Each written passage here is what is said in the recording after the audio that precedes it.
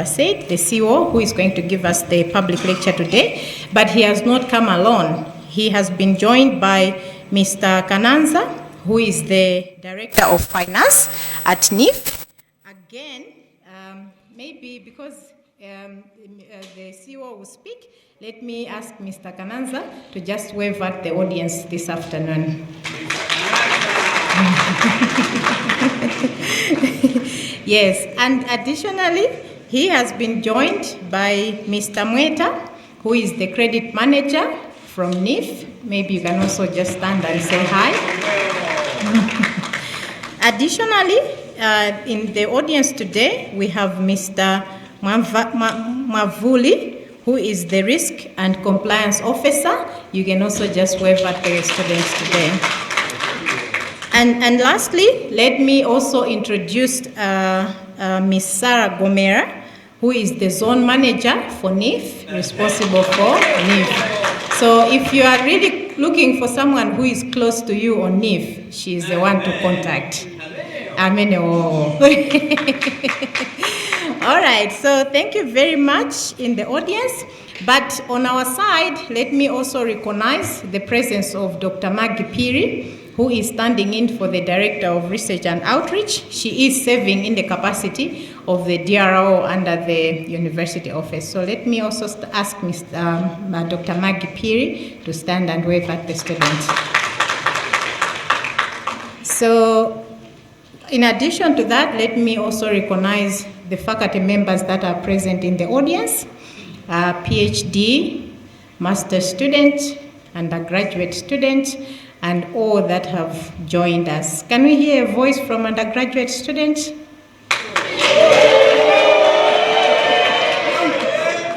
Is the PG team in the audience? The PG team is weak, very weak. What happened?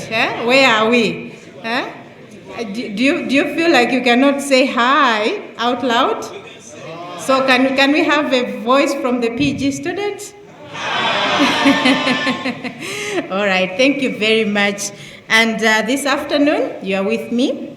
My name is Sarah Tuone. I work in the Directorate of Research and Outreach, and I'll be moderating the session this afternoon. So as I said, our program is short, but it's also looking at that we state that we'll start at 2 o'clock, and now we are 30 minutes behind. We'll try to catch up with the program, and let me not waste much of your time, but invite Dr. Maggie Piri to give us welcome remarks and also introduce who is Mr. Mdyetseni. I know some of us have seen him on TV, some of us have heard him on the radio, some of us have personally met him, but we might not know who is Mr. Mdyetseni. Personally, to me, he's my boss. So I hope he was also going to get to know him. Dr. Maggie Piri, please come and welcome us.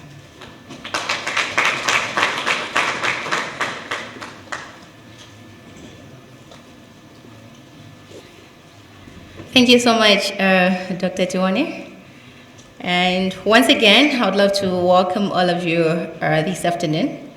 In a special way, I would love to acknowledge the presence of the Chief Executive Officer for National Economic Empowerment Fund, known as NEEF, Mr. Mdyetseni, and his entire team. We are really privileged and we are honored that you could be here this afternoon. I won't have much to say. As we can see, the main aim why we are gathered here this afternoon is because we want to move from vision to ventures.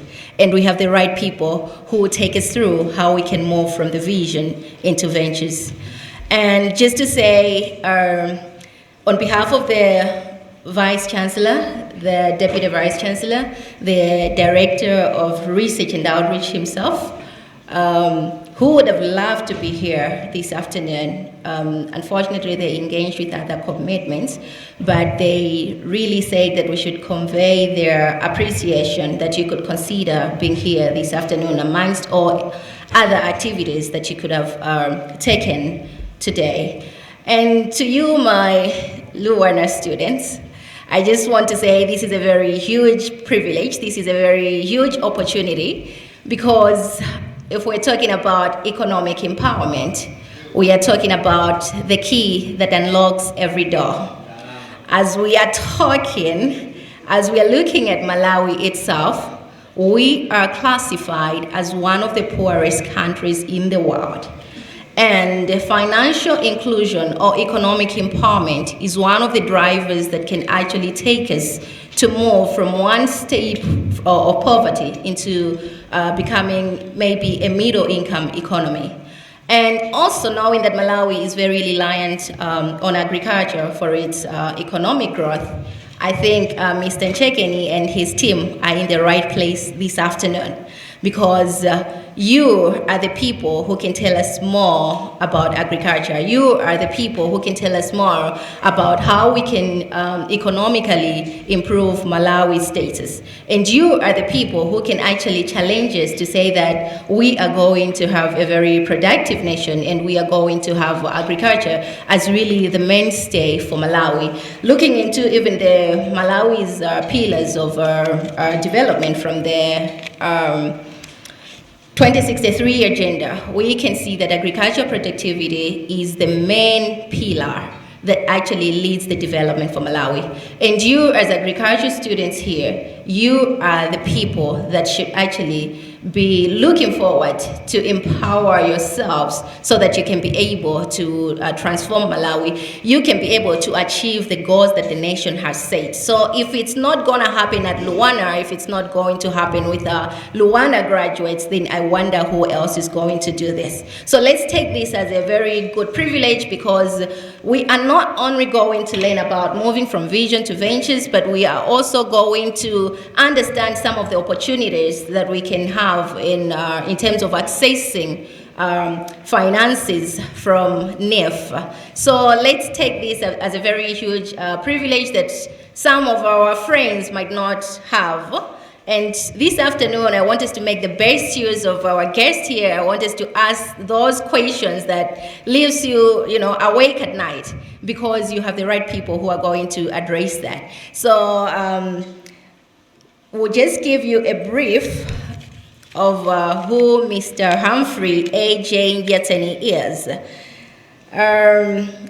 As I've already said, he is the Chief Executive Officer for National Economic Fund, but in himself, he's a scholar too. He is not just the CEO. He is an economist.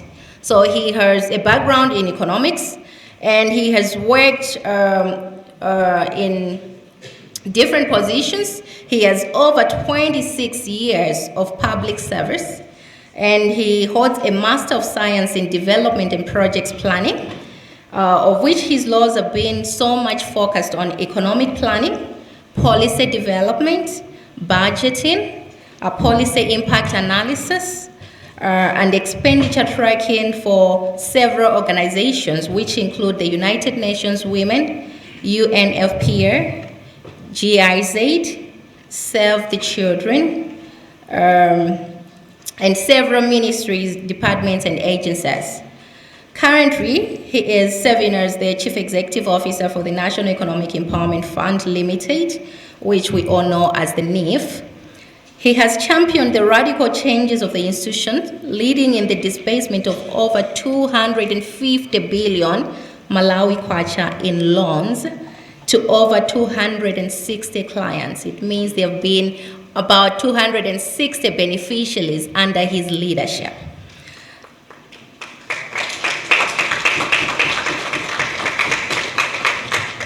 And this does not stop him, because he is still serving, so probably he might add another 260 and you might be part of them.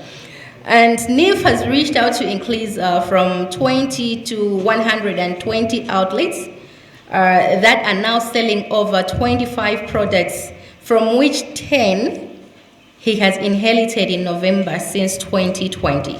So he has inherited almost half of the products that NEEF is doing has happened during his tenure.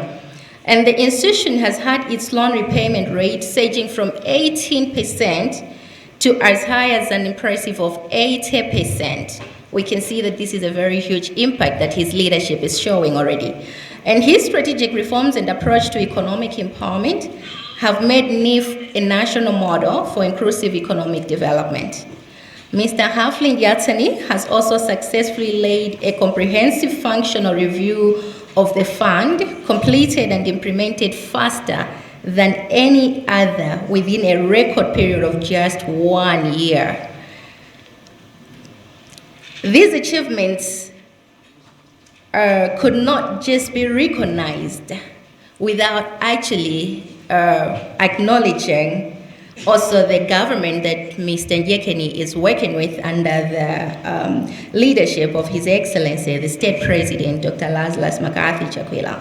And he is also expressing the intentions that he's going to transition the fund into a fully fledged development bank.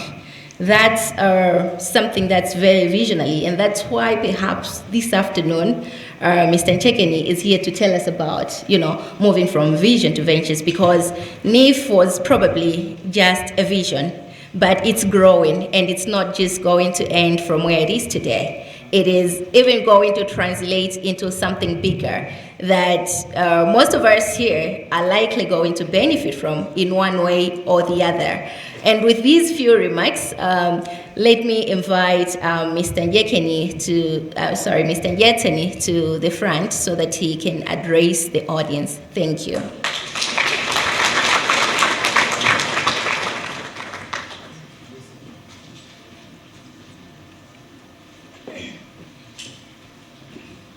Okay, thank you very much, Dr. Maggie. And as we have been introduced, we know that now we are geared to understanding what the man who is going to share with us the knowledge has accomplished in his life.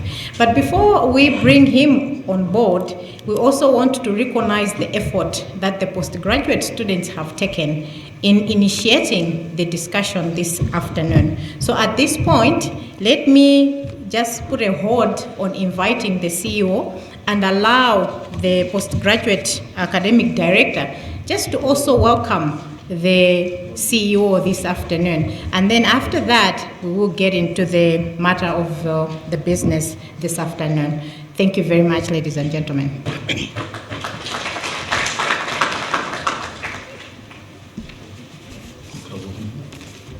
Thank you so much, moderator. Good afternoon. The Chief Executive Officer for the National Economic Empowerment Fund, Mr. Humphrey Mdyetseni, and the whole delegation from NEEF, representing the DRO, Dr. Margaret Piri, our moderator, the organizing team, the fellow postgraduates and undergraduate students representative union council members, our distinguished faculty members, member of staff, and distinguished students, invited guests, ladies and gentlemen. As the moderator has already said, my name is 𝐻𝐿 Shibwana, who is the academic director for the Postgraduate Students Union.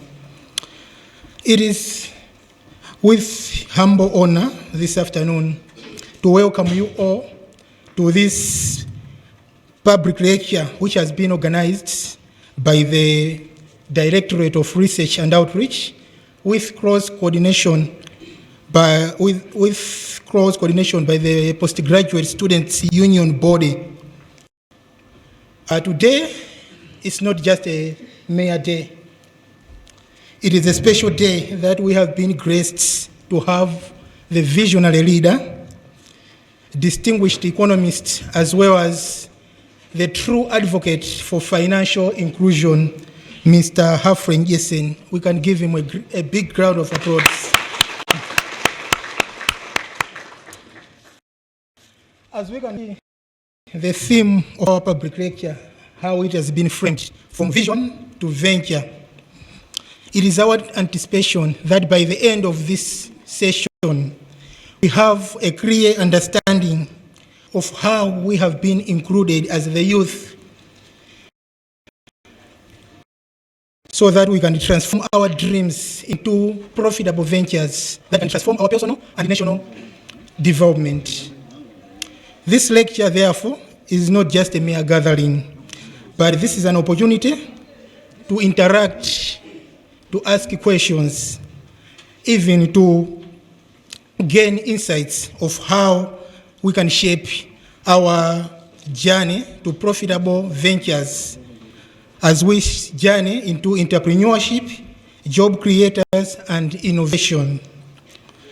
On behalf of the LUANAR Postgraduate Students Body, therefore, I welcome you all and encourage you to be attentive, get inspired, as well as ask questions so that we can know how well we have been included, so that we can be part of this transformative journey. It is therefore,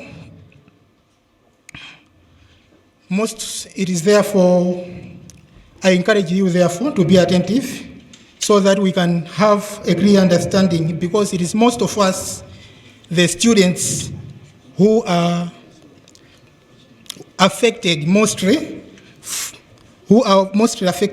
from economic hardships as we graduate, soon after graduation and before graduation. So on behalf of the Student Union Body, I humbly thank you so much for your presence, and we don't take your presence unnoticed. It is therefore my humble duty and humility to welcome Dr. Humphrey Mdyetseni to give us a public lecture. Thank you all for your attention.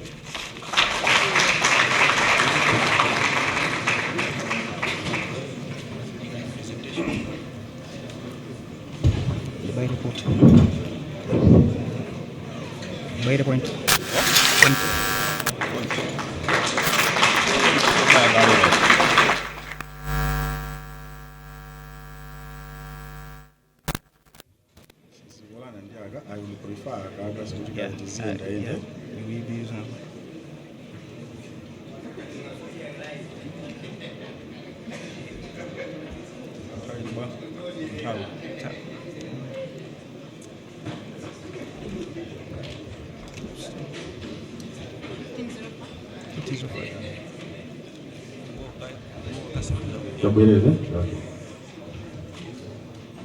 Good afternoon, Rwanda. Thank you very much. Just to correct Bwana Chibwana a little bit, kumene tikuchokera ife kulibeko madokta achakuti, so I'm Mr. Achakuti. Mwina ngati muti patse pamapeto pazonse chakuti. Thank you very much. Dr. Sarah Tuone, Dr. Maggie Piri, I'm not sure, Mr. Jibana, and the rest of the gathering, for welcoming me and the crew from National Economic Empowerment Fund to this public lecture this afternoon, in which we are going to have a discourse with regard to the fund. I also sincerely thank God the Almighty, the Creator, who is the first of all economists, speaking to economists, because what is economics? In the simplistic terms, economics is the whole business of allocating scarce resources to competing aims for purposes of producing goods and services for human enjoyment and use. Yeah.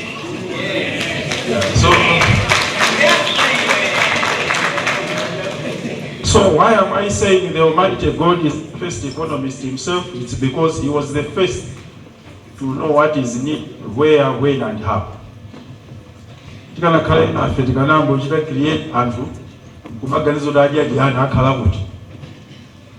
But he knew that there must be the universe.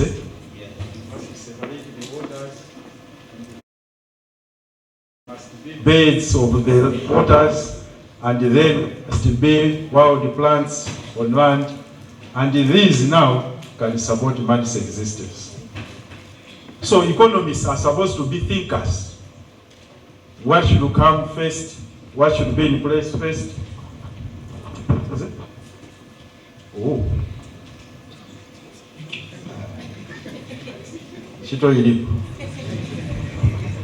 Yeah, so esteemed economists of economics and all friends of economics, because there could be others not in economics field, so they are friends of economics.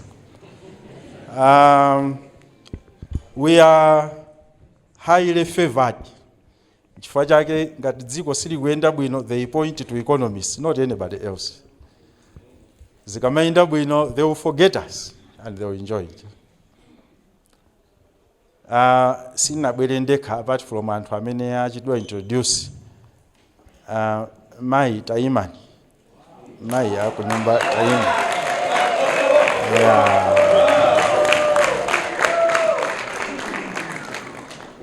ziko mokwambiri andiperekeza chifukwa anati ana skulu ndiovuta mutoka gwandi BP ndiye mukamakagwa pakakhale wokutolani.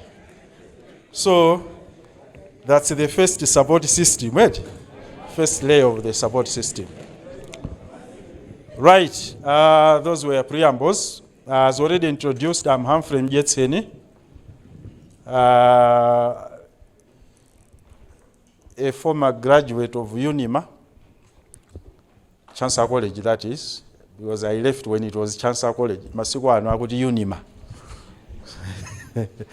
And also a former scholar at master's level from University of Bradford, UK.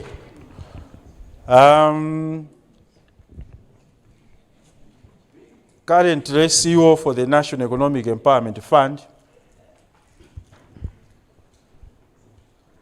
That's where I'm working. But I don't like that much. If you associate me with yourself, so much the better.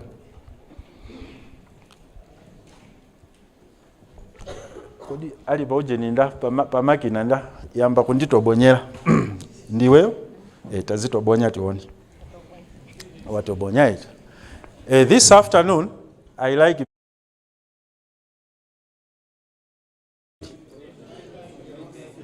Chabwe.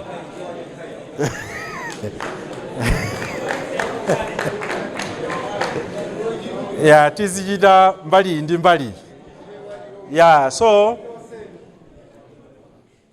in our discussion this afternoon, tiunika mituteni imene mwachikhulupiriro itithandiza kumvetsetsa National Economic Empowerment Fund komanso mu context ya the wider government agenda to uplift this country socio-economically.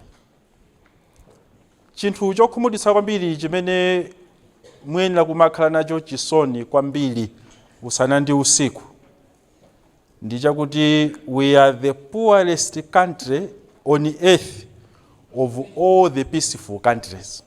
Facts of the matter. Ndife omvetsa chisoni kwambiri to the extent kuti tsiku lina lake we had to be crowned president of poorer countries, the president of 46 poorest countries. I think munamvapo, eh? So inuyo lopa student papa college panopa kuti musankhe chairman wa manide. Leo kuti musankha chairman musankha munthu amene umphawiwo amaumvetsetsa, eh? Amene mutamutuma kwina kwake kuti akafotokozeza umphawi nchiyani atha kufotokoza kuyambira kuphazi mpaka kuchani mpaka kumutu. So that's the extent of our poverty kuti mpaka natitha kukhala chairman wabampani wabungwe limenelo laosauka ndikumatituma ukafotokoza za umphawi. Chikuseketsa koma mukagona madzulo ano mukachiganizire kwambiri. Si status imene tikuyenera kukhala. Chabwino, our generation has let you down, but don't let yourselves down. Yes. You can do better. Yes. Scroll down. According to World Bank, Mujadima Fotokozela, being the fourth poorest country on earth, we are after the poorest is Central Africa, Sudan, so South Sudan, the new South Sudan. Then there is Central Africa Republic, then there is Burundi, and then ourselves, ndikumapita huko. Ndimene zinthu zilili. We still use less than $2 a day. So it means technically a month, it's how much? About less than $60. And 70 out of those people, out of those 100, are the ones using that amount or below. Ndindalama yochepa kwambiri. Chifukwa kuti ifike mmakwacha, we are talking about something using the official exchange rate.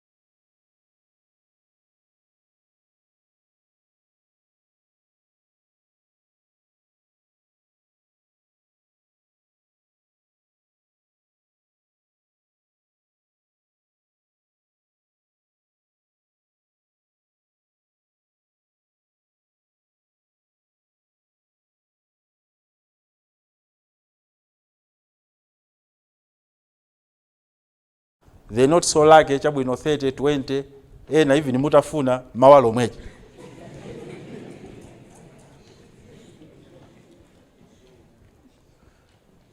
Now, for us to reverse this situation, for us to begin to think of reversing this situation, pundits have argued that our economic growth must consistently grow at a percentage of not less than 10% annually for the next 10, 20 or so years.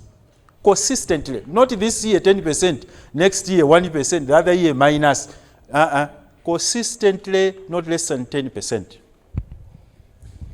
In fact, the 6% which we worked out in 2004, permitting Kalemba, the MGDS, I was there, 2004, when we were writing the Malawi Growth and Development Strategy, working as a principal economist responsible for programs development in the Ministry of Agriculture at that time. The argument was 6% is the bare minimum which we must strive to attain. And indeed, we have never ever achieved that except 1 year, in we had late Professor Bingwa Mutharika as president in 2008 or 2009 when we achieved 9% and we were deemed the fastest growing economy in Sub-Saharan Africa, second only to Qatar in the wider world.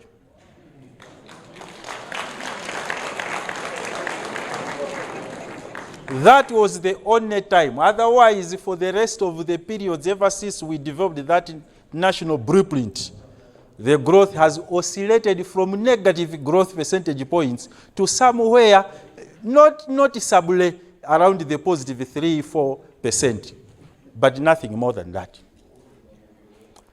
In 2025, the projection is put at 3.5%, another miserable year in as far as decisively pushing the country from the poverty quagmire is concerned. Scroll down. The Malawi 2063 agenda, which we are passionately pursuing in terms of implementation, as evidenced by the creation of the MIPS 1, the Malawi Implementation Program for first phase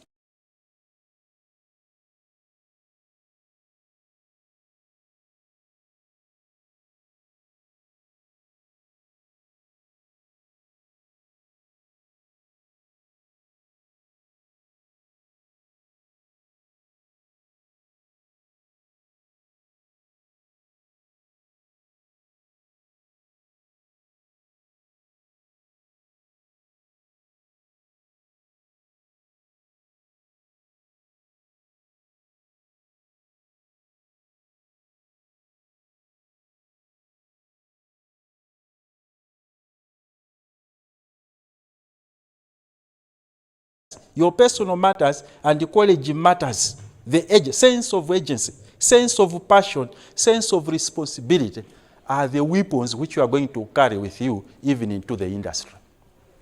Sizingatheke makosana inu yomaenda amene mwafunira klasi ili 10 o'clock inu mubwera 10 past 10 nkukanira kuti mukatenga dziko li with agency nzosatheka. These are facts. These are facts. Notes zone kuti anzano ali mklasi akutenga notes inu muli mtown mungozungulira mentality yomweyo ndimene mukabweretse ku industry and you are going to carry Malawi into the next cycle of poverty for the next 50 to 100 years. These are facts.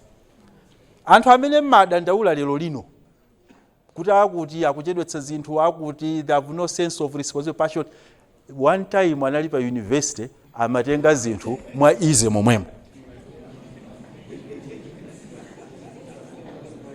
In 2010, a study was done. 2010, understand this. 2010, a study was done in order to understand the attitude of doing business world over and the resultant effect on the economic status of those particular countries. They found a direct correlation using two simplistic variables: the GDP per capita of a particular country and the pace at which people work at peak hours. Let me tell you this. There's nothing to do with production here, just attitude. So they correlated the two variables: economic growth as measured by GDP per capita and the work ethic as measured by the paces somebody works within a specified period of time at peak hours. You know peak hours, 9 to 3, 9 to 15 hours, something like that. The study found that Singapore, you know Singapore. Somebody talked about taking us to Singapore. Is the fastest country in the world where somebody can walk a distance of 35 meters in 11 seconds. And at that point in time, their GDP per capita was $35,000. Malawi, your own Malawi, was the slowest country where somebody could walk, now in reverse, 35 seconds, a small distance of 18 meters. And at that time, we had registered a miserable $250 per capita. Are you seeing these two things? There is no production here already, but just the attitude, the approach. Kuyenda kuno, kukafika kwa hotela kwa holoko, kapena kukafika kuma hostel oko, 30 minutes ukuyenda ababa. Kutamanga one tsiku la mvula. So, you have a daunting task responsibility to change the mindset. Muchangu muja, mulizenu ditu, mulizeni zeni, musamagone kwambiri, zienda ni mwachangu. Chiyambi cha kutukuka ni chimenecho. So poverty levels perpetuated by high unemployment, with the youth rate being higher than the national average, 6.8% and 5.6% respectively. It's very, very disturbing. If you talk about poverty, it's very predominant among the youth. And not surprising, the more the youths we are churning out of universities, the higher the rate of unemployment. Because the reality is, amene mutu lugecha kachino, kulibe company mene bwere kuti udzakulembani ntchito, muzika saka ntchito. That's the reality.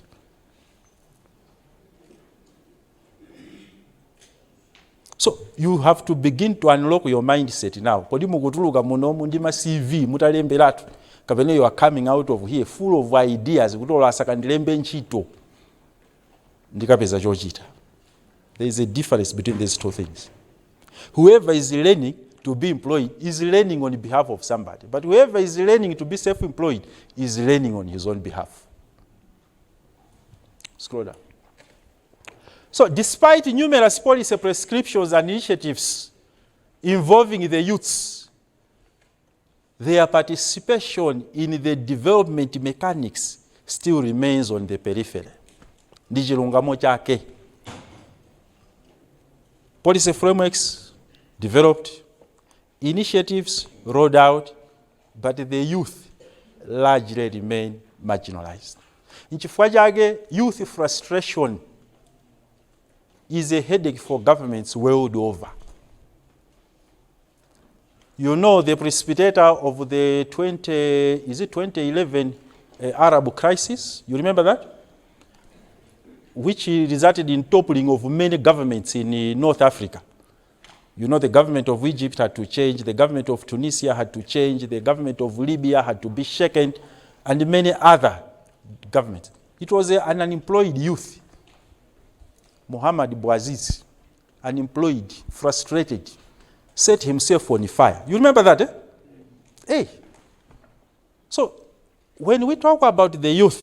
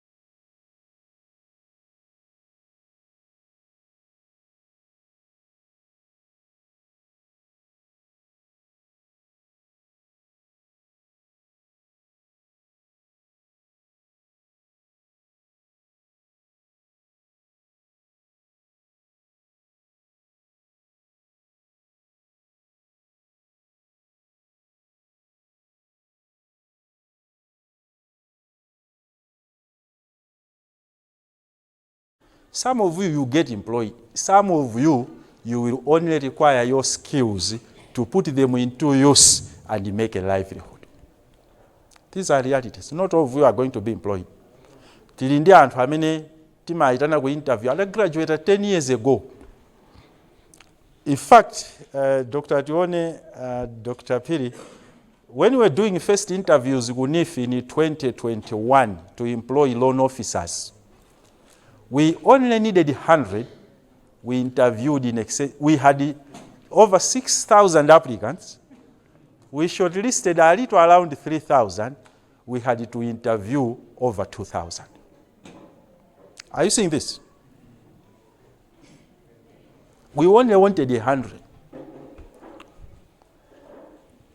40 years back, around 1985, 86, 84, 83, my institutions fall amatobita pa college kumakanganana mwana mmodzi. That's how things were. 40 years later, ana 6,000 akukanganira na maposta angati 100. Ndeuti wewe kuti utengedwetu, ndeuti agogwago akhale kuti ndokhwima kwambiri.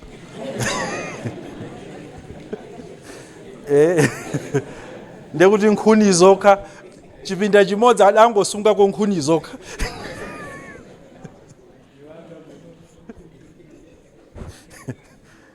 That's the reality of how things are. So, unfortunately, I'm my economists.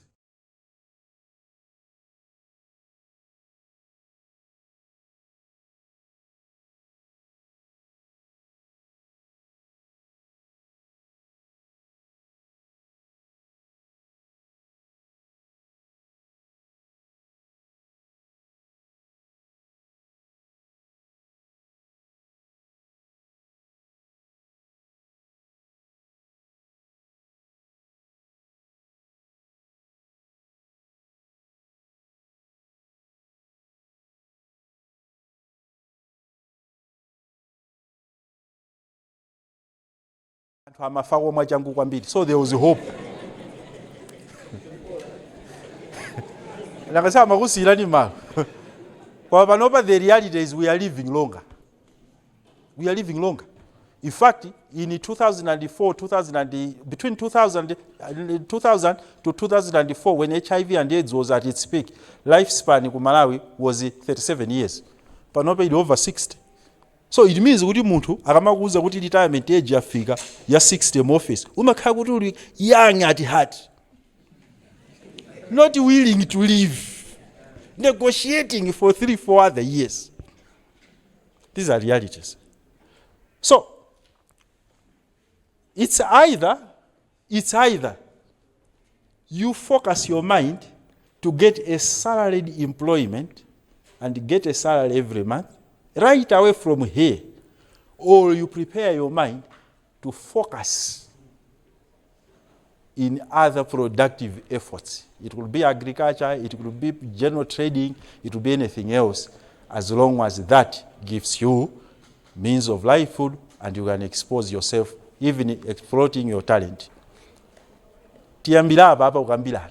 Mukamatuluka muno muziwa kuti aidha mukalembedwa ntchito imene khuzubwera mwachangu kapena muochedwa kwambiri, olo mukangoyamba zanu zimene mukhuzuyamba as and when you are ready.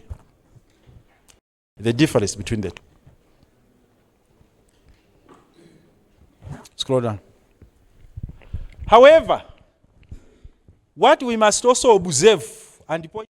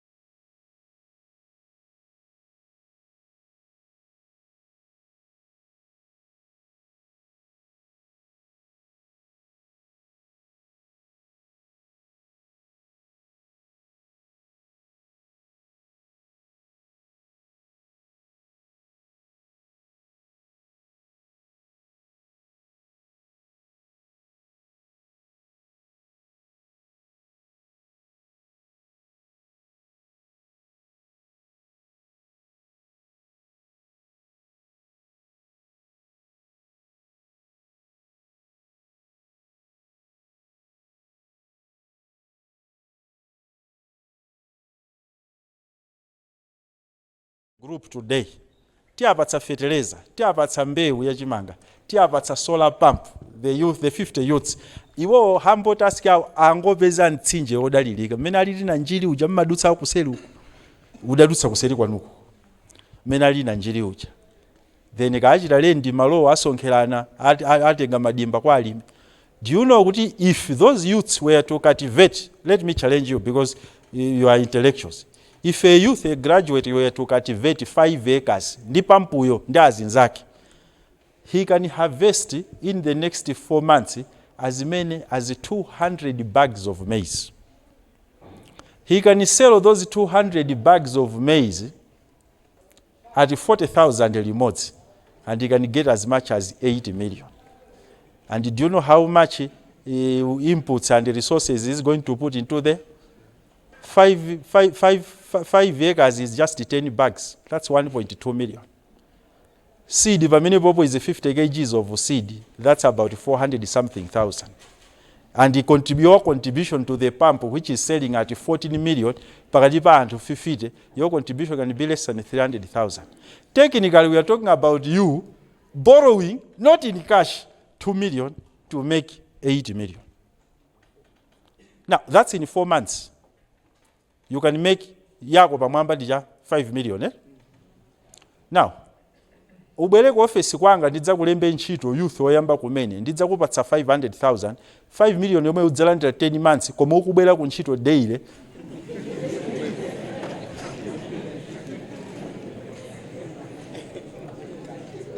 Ukubwera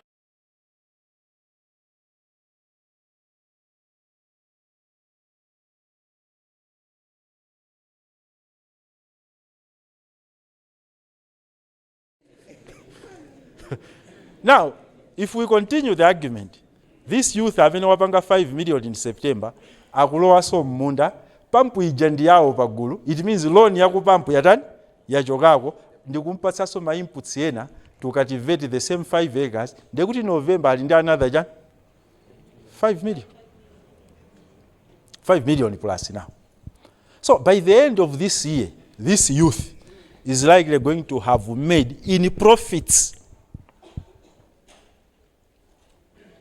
Here, I'm saying labor is your own, because if we were to use the age-old Cobb-Douglas function of production, where production is a function of land, labor, capital, and the technology factored in, they would we relax labor as what? As a cost into this particular element.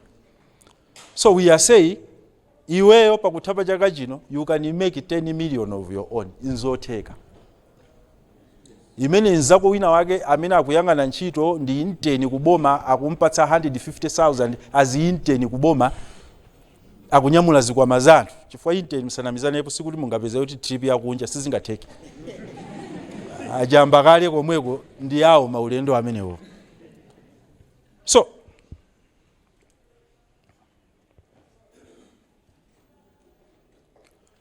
So, as a country that has fully adopted the tenets of governance, you can see kuti ndatsindika kwambiri pa nkhani ya chuma. There is a reason. The reason kutsindikira kwambiri pa nkhani ya chuma ndi kunena kuti the foundations of our country as Malawi, as a nation, have not done us well. The chance is in you, the youth, to refocus, redirect. In 1891, when Malawi was declared as a protectorate, with Sir Harry Hamilton Johnston as the first governor, the foundations were politics or governance, religion, education, and trade and commerce. Come you can see what 70 years on, when we were getting self-government rule in 1963, 1961, thereabout, what had laid solid foundations in Malawi was governance, because we were able to change governments, and we continue to do the same from that time until now. Education, we are so good. Christian-led education, we now even have universities run locally. Religion, tukupanga bwino kwambiri. Apart from having the traditional churches, we even have the Pentecostals, mpaka nati ndi maina onse amene you can think about. Father, apostle, chanchani, bishops. You see these three things. But since the coming of Fred and John Moyer to set Mandala and entrepreneurship, trade and commerce has largely been neglected to the extent that this is the safe haven for anybody foreign. Chilungamo chakuti amwenye, ma Burundi, ma Nigeria, ma China, akamabwera kuno ku Malawi amauzana kuti musakalimbane ndi ndale akupanga bwino kale. Musakalimbane ndi maphunziro akupanga bwino kale, ma university ali nawo. Musakalimbane ndi machalichi ali nawo kale okwanira, ma apostle ali nawo. Kalimbane ndi malonda chifukwa anthuwo ndi ogona zimene zisamazikwanitsa. That's why there is no rich country on earth that can boast about having vibrant religious circles, vibrant politics, or vibrant education, but rather trade and commerce. US, the richest country, we measure it by way of trade and commerce. How much gross domestic product have they made annually? We don't measure US by how many churches they have. So, the whole concept of you, the youth, to mukamachoka kunoku, to recalibrate your minds away from what has let us down for the past nearly 100 years, ever since Malawi was invented as a self-governing entity, to trade and commerce, the well-acknowledged chartered terrain, which has made nations prosper, ever since the days of Adam Smith, the author of Wealth of Nations. You are going in the right direction. No mix of these things. Scroll down. So, Generation Z dilemma. As I've already said, you have many opportunities that can be pursued outside formal employment. However, these opportunities are on a shaky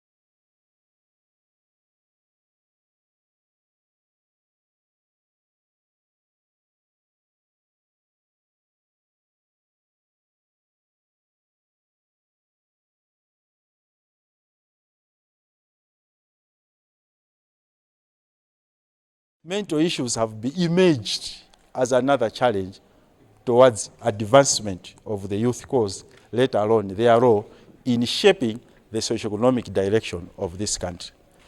So, unfortunately, these cascade or have ripple effect into even old age. My challenges are many. Scroll down. Now, we continue. Another challenge, economic security. Qualifications are being obtained. However, as I've already said, shrinking job opportunities and high stress levels coming from personal finances, lack of jobs, skyrocketing cost of living take a tall order on the youth. Ungofika pena kungosweka basi, ungogwa basi. Civic engagement. Most of you are politically engaged and believe that government is doing less than required to address the ills affecting society. Isn't 𝐷𝐻𝐲 That's the general perception among the youth. Koma remember, the ones we elect are only but leaders, not doers of what we are supposed to do. Once we grasp that, Nchifajage Emeritus Professor Brown Chimpamba said, the best contribution one can make is one which makes in his own country. And Robert Chambers, the guru of participatory approaches in development, said, nothing for us without us. Whose reality counts? Your reality counts because you are the most concerned. But it must begin with you to shape the direction. Scroll down.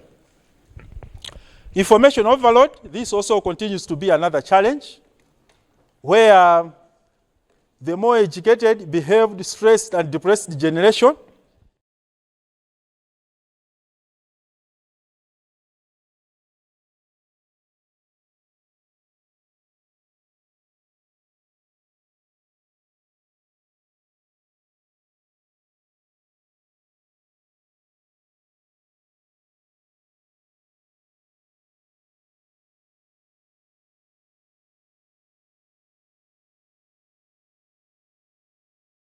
had to calculate the T, the row, the standard error manually using a calculator.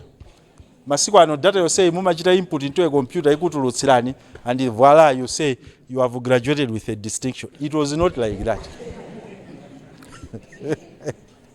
So moyo ndio ofewa. Then because it's technology driven life. Tima tuluka with artificial mindset. Kuti zinthu nzofewa tikamachoka timboneka zinthu nzotani nzofewa like that. Life is not that simple. Does this all these challenges I've cited point to a gloomy picture for the Generation Z? I do not know. Scroll down. But understand this. In as much as you could be a victim of intergenerational innate characteristics, let's have a perspective of the three generations that preceded you. Two preceded you, you are the third. Generation X, 1965-80, known for their independence, resourcefulness, strong work ethic, often attributing their upbringing and witnessing to the demands of their parents' careers. Generation imene yoyo ndia anthu amene akuchita retire maka panopa ena achoka 10 years ago. But the millennials, 1981-96, ourselves, adaptable and socially cautious with strong emphasis on work-life balance. Very important. And they came of age during the rise of internet and social media and were significantly impacted by globalization and economic shifts. Yourselves grew up with smartphones and social media. So much social media. Ndiabwino of course nkhani zimafala msanga kwambiri. Komanso remember pamakasuma positives nima negatives pankhanizo. Making them highly digitally fluent and often described as pragmatic, entrepreneurial, and value flexible and authentic. Now, despite all these varying characteristics among the generations, and Malawi is in the economic situation that at the beginning of the lecture we talked almost hopeless. So tivomere 3 generations have contributed to the hopelessness. Is that the end? It's not the end. There must be a generation that must reverse the party. And it's you. Scroll down. So,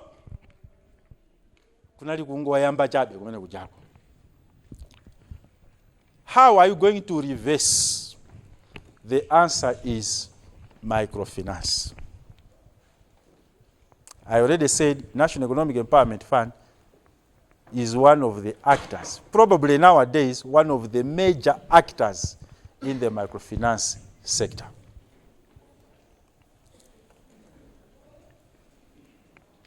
You need microfinance sector to save you and for you to save the nation. Are you seeing these things?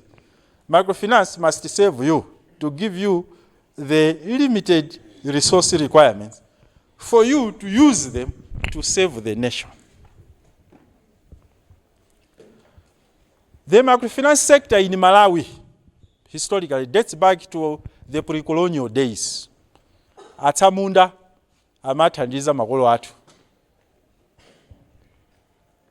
ndizipangizo za ulimi zimene the government ya Dr. Banda took over to provide formalized credit to the agriculture sector through what we used to call Smallholder Agriculture Credit Administration Program, SACA.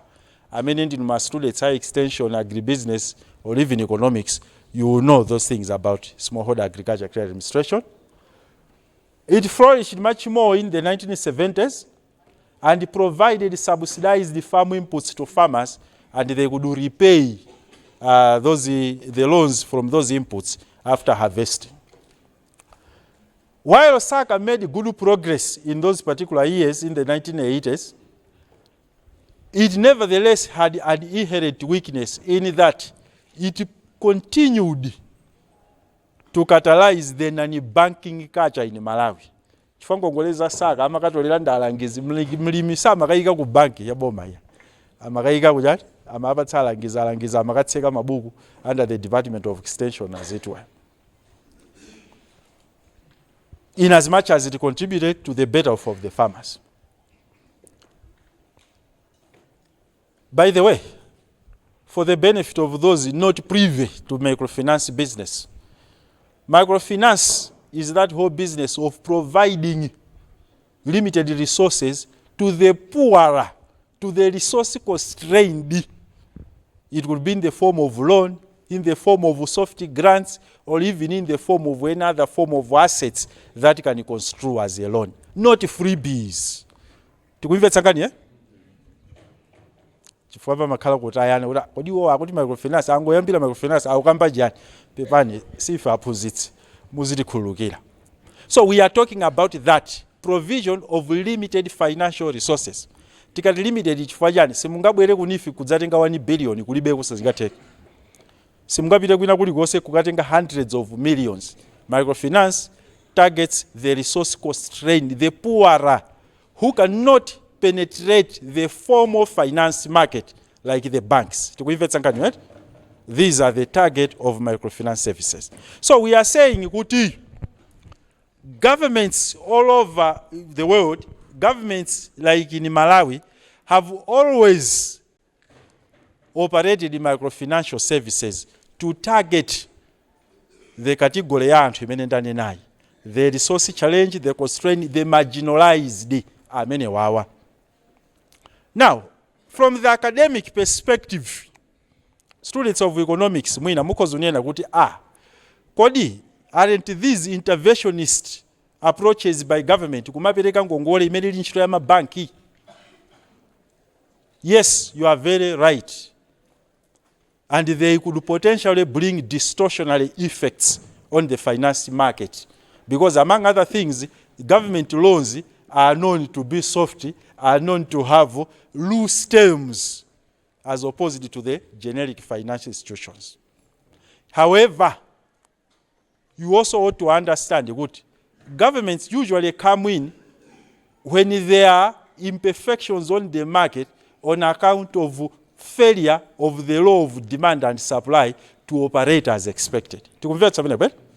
the ordinary rule of demand and supply is that there shall always be commodities supplied and there shall be corresponding demand for those commodities, meeting only the expected equilibrium levels. That, unfortunately, in the imperfect world, that's why you find in the banking sector there is excessive liquidity. People are not borrowing. You go there, you discover my interest rates are very high, or the general business environment, there is a stagnation in the economy, hence no reason for somebody to go and borrow and suffer the repayment of interest when you cannot sell the goods and the services. So the coming in microfinance in that NEEF, one of the issues is to support the rectification of the market imperfections. Because ku bank no, they still must be supported so that at least they can have the capital base with which to participate effectively in trading of goods and services. So, as I've already started, the SACA was replaced by the Malawi Finance Company. The coming in of the liberalization era, it resulted in opening up of various markets, including the finance market. And the banking sector needed to be supported. The formal sector needed to be supported. Malawi Finance Company metamorphosed from the then SACA to become a quasi banking institution. Of course, not deposit taking, but lending out. And it opened up from being agriculture dominated to what? To other enterprises that were not agricultural in nature. So MRFC operated until 2004, 2013, but it made a limited impact on the microfinance sector in as far as Malawians are concerned. That's why if you go to literature and read the works of late Professor Ephraim Chirwa, he wrote in 2000 that on account of the liberalization period which we had entered in the mid-80s, on account of IMF World Bank recommendations to open up the macroeconomic framework arena, microfinance institution anajuluka kwambiri to the extent lino tikozo makamba in excess of 30-40 plus, just to help the efforts of improving access to microfinance services by the marginalized and ordinarily excluded persons, including the youth. Now, from this point onwards, when I talk about the marginalized, ordinarily excluded, remember I've already laid the background that the youth largely fall into this category. Scroll down. So, strides in youth empowerment took a noticeable direction in 2005, when the then President Professor Bingwa Mutalika came up with the Malawi Rural Enterprise Development Fund, MADEF, that largely